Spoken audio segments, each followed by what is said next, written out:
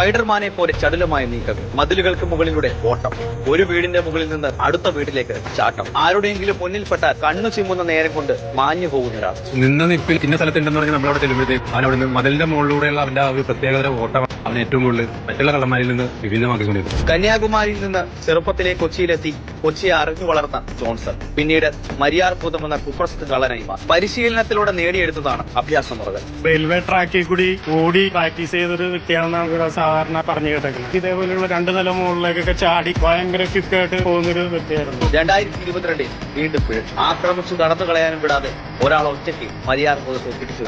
അടുത്ത വർഷം ശിക്ഷ കഴിഞ്ഞിറങ്ങും. പകപോക്കലിന് പേര് കേട്ട കള്ളൻ നേരെ ഇവിടേക്ക് തന്നെ എത്തുമെന്ന പേടിയിലാണ് കൊച്ചിക്കാർ. 4 പ്രാവശ്യം പിടിച്ചിട്ട് 4 പ്രാവശ്യം ഈ പരിസരത്തേക്ക് വന്നത് ഇറങ്ങലെന്ന് ദൈവത്തോട് പ്രാർത്ഥിക്കും. ഞാൻ ഈ കള്ളനെ കുറിച്ച് വാർത്തകൾ കേട്ടിട്ടുള്ളത്. അദ്ദേഹത്തിന് ഇങ്ങനെ ഒരു പ്രശ്നം ഉണ്ടെന്നുണ്ടെങ്കിൽ നല്ലൊരു സൈക്കാട്രിസ്റ്റിനെ കാണിച്ച് മാറ്റിയെടുക്കാൻ ശ്രമിക്കുക. അതാണ് ഏറ്റവും ബെറ്റർ ഓപ്ഷൻ.